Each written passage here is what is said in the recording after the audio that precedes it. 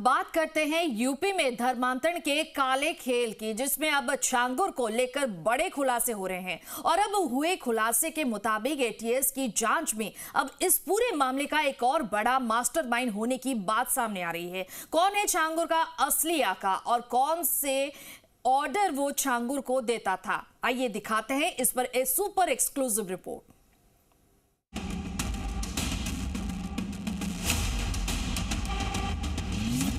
छांगुर का प्लान जिहादी, मास्टरमाइंड पाकिस्तानी।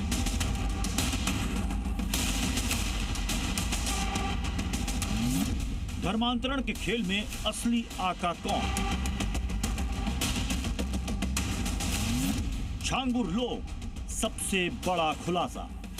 जैसे जैसे छांगुर से पूछताछ में परतें खुल रही हैं, वैसे वैसे सामने आ रहे हैं एक से बढ़कर एक चौंकाने वाले खुलासे। छांगुर, नीतू और नवीन, ये सिर्फ तीन नाम नहीं, ये हैं वो तीन चेहरे।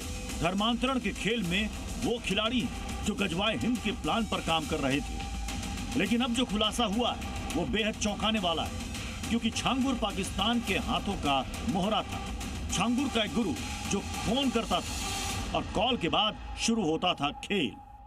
लेकिन सवाल यह है कि क्या धर्मांतरण का जो खेल इतने दिनों से चल रहा था उसका मास्टरमाइंड छांगुर है, या फिर इसके पीछे कोई और बड़ा खिलाड़ी छिपा है? क्या मजहब बदलवाने के नाम पर हिंदू बेटियों को फंसाने की यह साजिश और भी बड़ी है? क्या छांगुर पर जो नए खुलासे हुए हैं वो चौंकाने वाले हैं? एटीएस को सबूत मिले हैं कि छांगुर के पीछे किसी बड़े मास्टरमाइंड का हाथ था।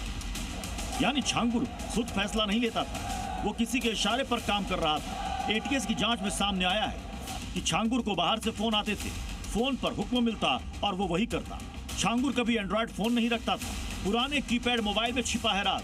हमेशा पुराना छोटा और कीपैड मोबाइल ही इस्तेमाल करता था छांगुर।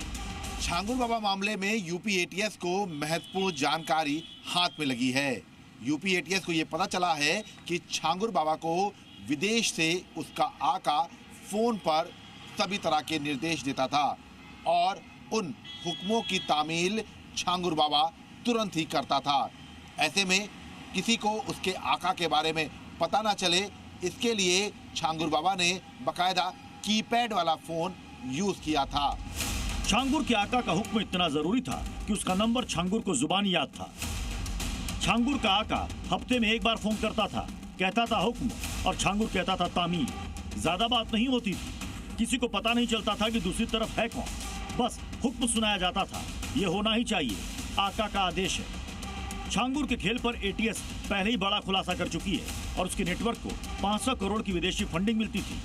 धर्मांतरण के इस खेल को छांगुर और उसका गैंग चला रहा था। खुलासा हुआ है कि हिंदू लड़कियों को जाल में फंसाने के लिए कलेक्शन सेंटर और बुटीक का इस्तेमाल करता था। चैरिटेबल ट्रस्ट की आड़ में धर्मांतरण का प्रोजेक्ट चलाता था। दुनिया की आंखों में धूल झोंकने के लिए चैरिटेबल ट्रस्ट के जरिए दीन दुखियों का हमदर्द भी बना हुआ था।